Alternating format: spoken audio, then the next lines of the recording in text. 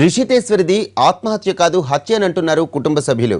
రిషితేశ్వరి మృతిపై ఏర్పాటు చేసిన కమిటీపై తమకు నమ్మకం లేదంటున్న తల్లిదండ్రులతో మా ప్రతినిధి Damodar face to face. Rishiteswari Nagarjuna యూనివర్సిటీలో ఆర్కిటెక్చర్ చదువుతూ ర్యాగింగ్ భూతానికే బలైపోయింది. ఈ నెల 14వ తేదీన హాస్టల్లోనే వేసుకుని చనిపోయింది అని చెప్పేసి ఇప్పుడు వరకు అనుకుంటున్నాం. కానీ తల్లిదండ్రులు మాత్రం అదే పరిస్థితుల్లోనూ అంగీకరించడం లేదు. తమ కుమార్తె ఆత్మహత్య చేసుకోలేదు, హత్య చేసుకుంది, హత్య జరిగింది అని చెప్పేసి కూడా కుటుంబ సభ్యులంతా కూడా ఆవేదన వ్యక్తం చేస్తున్నారు. ఎందుకు మీకు హత్యని ఆత్మహత్య చేసుకున్న ఉందని చాలా స్పష్టంగా అర్థమవుతున్నా కూడా మీరు హత్యని ఎందుకు భావిస్తున్నారు?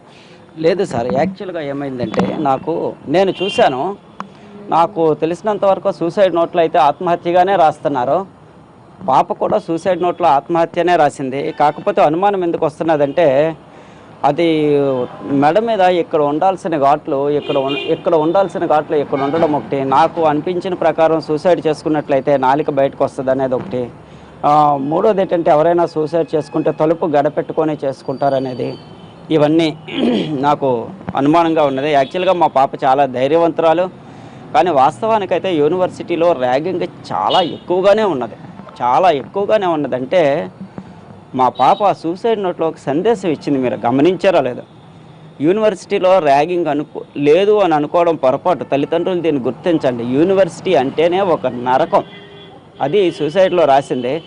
ర్యాగింగ్ అయితే ఉన్నది. ర్యాగింగ్ వలన ఆత్మహత్య చేసుకున్నదా లేదా అనేది ఇంకా క్లియర్గా అర్థమవ్వట్లేదు. మనకు పోస్ట్ మార్టం రిపోర్ట్ వస్తేనే కానీ అర్థమవ్వట్లేదు నాకు.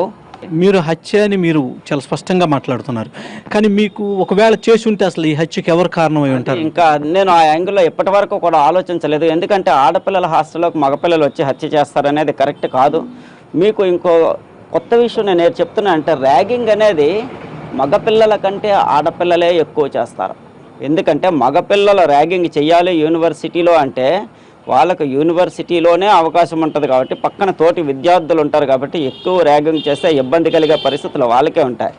ఈ ఆడపిల్లలు దాంట్లో ఏమవుతుందంటే వీళ్ళు సింగిల్గానే ఉంటారు, అక్కడికి ఎవరు ఉండరు కాబట్టి ఆడపిల్లలు అంటే ఈక్వల్ టు డెవిల్స్ అన్నమాట. అంత పీడిస్తారు, ఒక్కొక్కరిని ఆడపిల్లల్ని అంత ర్యాగింగ్ చేసి పీడిస్తారు. నాకు హత్య అని అనుమానాలకు ఎందుకు వస్తున్నాయంటే మా పాప అంత పిరికిది కాదు, మొదటి పాయింట్. ఎందుకంటే ఎవరైతే ఇంతకుముందు ఎలా ఏడిపించారో అబ్బాయిని తిట్టిందని కూడా చెప్పారు అందరూనే. రెండోది ఏంటంటే ఆ రూమ్ పరిస్థితులను బట్టి అలాగ అనుకుంటున్నాము. పోలీస్ డిపార్ట్మెంట్ వాళ్ళకి కూడా ఈ అభిప్రాయం చెప్పాము. యూనివర్సిటీ ఒక కమిటీ వేయటం జరిగింది, నిజ నిర్ధారణ కమిటీ వేయటం జరిగింది. నిజ నిర్ధారణ కమిటీ మీద మీకు నమ్మకం ఉందా లేదా?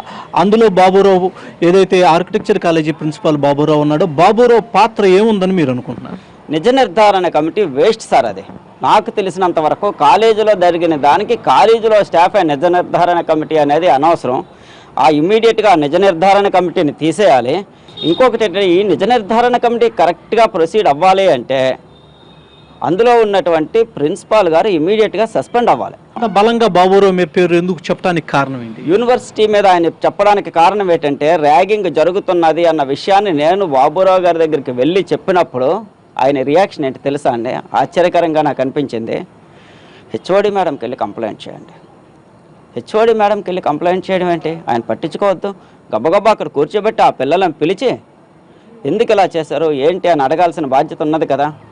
అలా అడగట్లేదు. ఆయన ఏం చేస్తుందంటే ఈ 4th ఇయర్ బ్యాచ్ని వెనకాల వేసుకొని తిరుగుతున్నారు.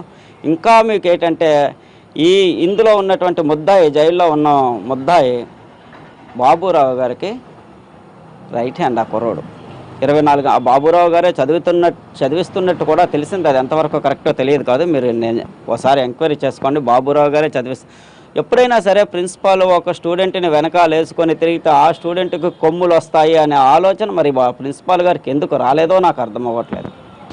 వారం రోజులు మీకు రిషితేశ్వరి దూరం అయ్యి మీకు ఇప్పటికీ ఏంటి మీరు ఏమనుకుంటున్నారు? అసలు ఈ సంఘటన వెనక ఏముంది? బలమైన కారణాలు ఏమున్నాయి అనుకుంటున్నారు? ర్యాగింగేనండి. ర్యాగింగ్ వల్లే మా అమ్మాయి చనిపోయింది. కాకపోతే ఆత్మహత్య చేసుకునేంత పిరికిది అయితే మాత్రం కాదు, అస్సలే కాదండి. అసలు మేము వెళ్ళి 1 వీక్ బ్యాక్ కంప్లైంట్ ఇచ్చాం ప్రిన్సిపాల్ గారికి. ఆయన మాత్రం స్పందించలేదు. అసలు దాని మీద అసలు స్పందించలేదు. ఆయన స్పందించుంటే మా అమ్మాయి అసలు చనిపోయేది కాదు. ఎప్పుడైనా ఇటువంటి ఇబ్బంది పడుతున్నాను తోటి స్టూడెంట్స్తో మీకు కానీ వాళ్ళ ఫాదర్కి కానీ చెప్పడం జరిగింది రిషితేశ్వరి? ఒకసారి చెప్తేనే వాళ్ళ ఫాదర్ వెళ్ళారండి, ఇలాగ బ్యాగులు అవి విసిరేస్తాం, ర్యాగింగ్ అంటే ఏంటనుకుంటున్నారు, ప్రిన్సిపల్ మా తరపునే ఉన్నారు, వైస్ ఛాన్సలర్ గారు మా తరపునే ఉన్నారు, వార్డెన్ గారు మా తరపునే ఉన్నారని పిల్లలు చాలా గట్టిగా చెప్తున్నారండి. అక్కడ ఆడపిల్లలు అలాగా అంతమంది సపోర్ట్ ఉన్నప్పుడు మన మాట ఎవరు వింటారండి? తమ పిల్లకు న్యాయం జరగటం కాదు, మిగిలిన విద్యార్థుల భవిష్యత్తు అయినా బాగుండాలి, వాళ్ళకి ఇటువంటి ర్యాగింగ్ భూతం నుంచి వారిని వాళ్ళు పడకూడదనే ఉద్దేశంతోనే తాము ఈ పోరాటం చేస్తున్నామని చెప్పేసి చెప్తున్నారు. అయితే రిషితేశ్వరి సంఘటనకు సంబంధించినటువంటి ఇదైతే మాత్రం చాలా స్పష్టంగా తమ కుమార్తెది ఆత్మహత్య కాదు, హత్యే అని చెప్పేసి కూడా తండ్రి చాలా స్పష్టంగా తెలియజేస్తున్నారు. కెమెరామెన్ రెడ్డితో దామోదర్, ఎన్టీవీ, విజయవాడ.